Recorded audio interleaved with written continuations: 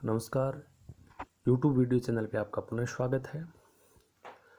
आज के इस वीडियो में हम अध्ययन करेंगे हिंदी भाषा का सामान्य परिचय। पूरे विश्व में लगभग 3000 भाषाएं बोली जाती है, जिनमें से एक हिंदी भाषा है। हिंदी बहुरूपीय परिवार की भाषा है।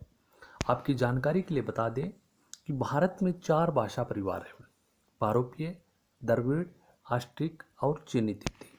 लेकिन क्या आप जानते हैं कि हिंदी भाषा की उत्पत्ति कैसे हुई और वह कैसे विकसित हुई? आज के इस वीडियो में इसका अध्ययन करेंगे। हिंदी के विकास का प्रारंभिक क्रम। हिंदी का जन्म संस्कृत भाषा से हुआ है। इसके बाद संस्कृत के बाद पाली, पाली के बाद प्राकृत, प्राकृत से होती हुई अपभ्रंश भाषा तक पहुंचती है।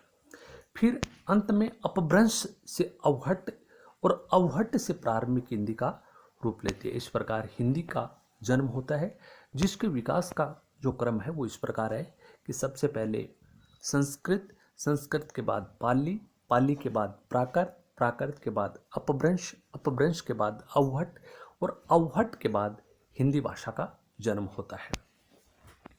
हिंदी भाषा के जन्म के बाद हिंदी के विकास क्रम को 3 भागों में बांटा गया है, जो इस प्रकार है। सबसे पहला जो है वो है आदिकालीन हिंदी भाषा। आदिकाल को हिंदी भाषा का प्रारंभिक काल भी कहते हैं। इस काल में हिंदी शब्द की उत्पत्ति भारत के उत्तर पश्चिम में स्थित सिंधु नदी से हुई। ईरान के भारत के साथ बहुत प्राचीन काल से संबंध थे और ईरानी सिंधु को हिंदू कहते थे। हिंदू से हिंद बना और उसके बाद हिंद से हिंदी बन गया और हिंदी का मतलब होता है हिंद का। इस प्रकार हिंदी शब्द की उत्पत्ति हिंद देश के निवासियों के अर्थ से हुई। आदिकाल की प्रमुख हिंदी भाषा के जो रचनाकार हैं उनमें ब्रज भाषा के सुधीर अग्रवाल, अवधी के मुल्ला दाऊद और खड़ी भाषा के अमीर खुसरो, जयदेव, नामदेव, रामानंद का नाम लिया जा सकता है। हिंदी के विकास का दूसरा चरण मध्यकालीन हिंदी भाषा।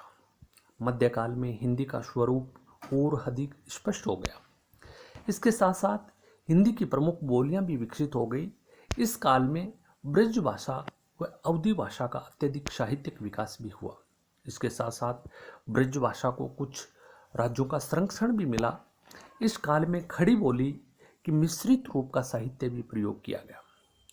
इस खड़ी बोली को 14वीं सदी में दक्षिण में प्रवेश हुआ तथा 18वीं सदी में मुसलमान शासकों ने इसको संरक्षण दिया। अब मध्यकाल के जो प्रमुख रचनाकार है वो निम्न है। ब्रज भाषा के सूरदास, गदाधर, भट्ट, रसखान, मीराबाई, बिहारी, केशवदास, मतीराम, सेनापति आलम का नाम लिया जा सकता है। इसी प्रकार अवधी भाषा के कुतुबन, जायसी, मंजन, शेख निसार, अली शाह उस्मान का नाम लिया जा सकता है। खड़ी भाषा में कबीर, नानक, दादू, रहीम, जटमल, गंग, नजीर आदि का नाम लिया जा सकता है। अब है हिंदी के विकास का तीसरा चरण आधुनिक कालीन हिंदी भाषा। इस काल तक आते आते हिंदी का जो स्वरूप है वो और अधिक विकसित हो गया। इस काल में ब्रज भाषा जन भाषा से काफ़ी दूर हो गई थी तथा इस काल के आने से पहले अवधी भाषा साहित्यिक से भी दूर हो चुकी थी। 19वीं सदी के मध्य तक अंग्रेजी भाषा की सत्ता का विस्तार भारत में हो गया था। जब अवधी भाषा और ब्रज भाषा साहित्य से दूर हो गई तो उसका स्थान खड़ी बोली हिंदी ने ले लिया। 20वीं सदी के आते आते खड़ी बोली ही साहित्यिक भाषा बन गई। अब खड़ी बोली के जो प्रमुख रचनाकार है वो निम्न है।